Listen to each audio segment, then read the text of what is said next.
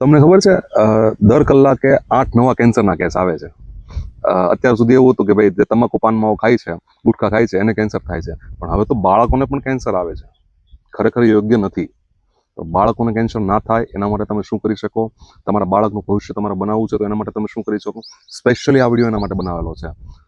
2025ની અંદર 73,000 નવા કેસ કેન્સરના આવ્યા છે. 73,000 કેસ. એમાંથી ઓલમોસ્ટ 20,000 જેવા બાળકોના કેસ છે. બાળકો ક્યાં તમાકુ ખાવાના છે? બાળકોને થોડી તમાકુ ખબર પડે છે, તો એને કેન્સર થાય છે. આ વિડીયો આખો જોજો, સમજવા જેવો વિડીયો છે. અને તમારા બાળકને કેન્સર ના થાય એના માટે તમે શું કરી શકો એ આ વિડીયો હું જણાવવાનો છું. ચાલુ કરીએ.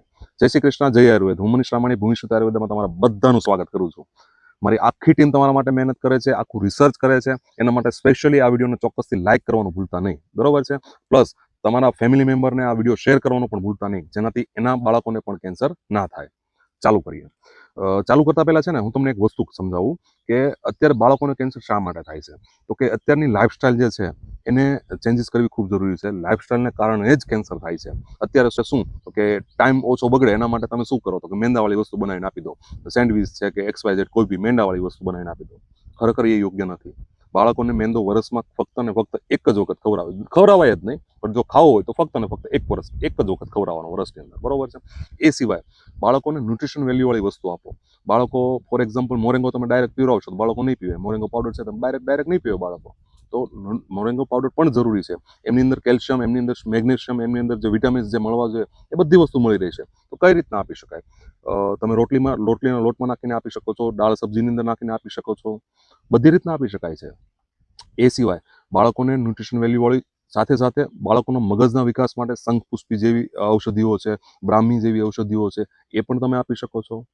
એ સાથે તમને એમ થતું હોય કે ભાઈ મારે ઓર્ગેનિક ખાવું છે પણ વસ્તુ બહુ મોંઘી મળે છે, બરોબર છે? એવું નથી.